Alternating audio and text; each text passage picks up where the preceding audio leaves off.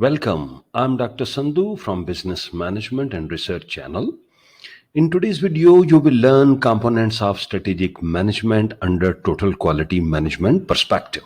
The two associated activities of strategic management are strategic planning and strategic execution.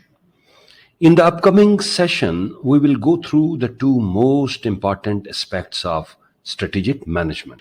Here is the agenda that we will go through: strategic planning, execution, planning overview, planning process, then analysis and other things. So first one, strategic planning. Strategic planning is the process by which a company responds to questions like who are we, what are our goals, what are our plans, how are we going to get there, what do we want to achieve, what are our advantages and disadvantages, what are the advantages and disadvantages of our current corporate environment. Strategic planning is putting up a written plan that includes vision, mission, guiding principles, broad strategic objectives, tactics, initiatives, etc. The action plan is a term that refers to specific methods, projects, and actions. Strategic execution entails putting in place the plans outlined in the strategic planning, tracking progress towards achieving them, and making adjustments as needed. Strategic execution is when a plan is put into action in such a way that it achieves maximum efficiency and effectiveness. Strategic Planning and Baldrige Award.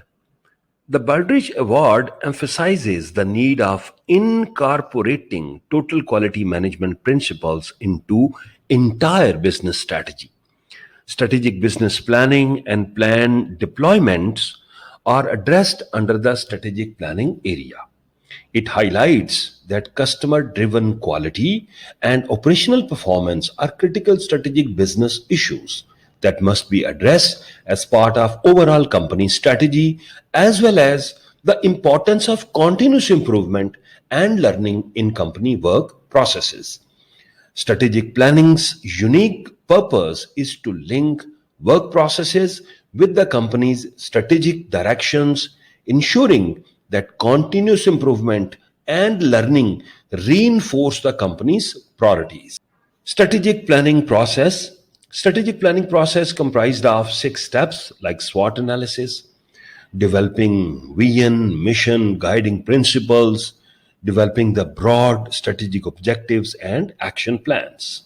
Here comes SWOT analysis. The argument for completing a SWOT analysis before moving further with the strategic planning process is that the organization's plan should result in a good fit between its internal and external resources. The internal position of a company is defined by its strength and weakness, the possibilities and threats that exist in an organization's business environment characterize its external position. The strategic plan should be constructed in such a way that it capitalizes on an organization's strength and possibilities while also overcoming, tolerating, or avoiding its weakness and threats. Step number 2, develop the vision. The guiding force for an organization, its vision for what it wants to become, and its reason for being should all be visible in its vision. A vision is like a distant light towards which the organization is constantly marching. Everything about the company, including its structure, policies, procedures, resource allocation, should promote the vision's realization. It is relatively easy to stay adequately focused in a company with a defined vision. Why have a policy if it does not support the vision? Why would you use a process that does not support your vision? Why make an investment if it does not support the vision? Why keep a post or even a department that doesn't support the vision? Executive management must define and explain an organization's vision, which must be understood by all personnel. Writing out an organization's vision is the first step in conveying it. Step number 3. The vision statement, as we have seen, explains what an organization aspires to be. It is a fantasy, but it's not a fairy tale. The vision depicts a dream that may or may not come true. The mission goes on to explain who the organization is, what it does, and where it is heading.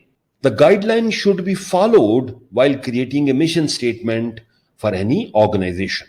Step number 4, developing the guiding principle. The guiding principles of an organization provide the framework within which it will carry out its goal. Each guiding concept represents a critical corporate value. The organization's value system, the cornerstone of its corporate culture, is represented by all of the guiding principles taken together. Step number 5, develop the broad strategic objective. The mission of a company is translated into measurable terms through broad strategic objectives. They are actual goals that the business aspires to achieve and will devote time and money to achieving it.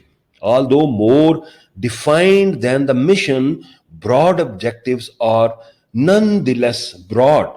They are still in the word of rather than how. The next step in strategic planning involves defining specific methods, programs, activities for achieving broad objectives. Step number 6, develop action plan. The action plan is made up of specific tactics which are well defined, discrete projects and actions that are carried out with the goal of accomplishing a certain goal. Thank you very much. I hope today's discussion will help you a lot to understand the subject. Please don't forget to subscribe, like, and share. Keep watching more videos. Best of luck.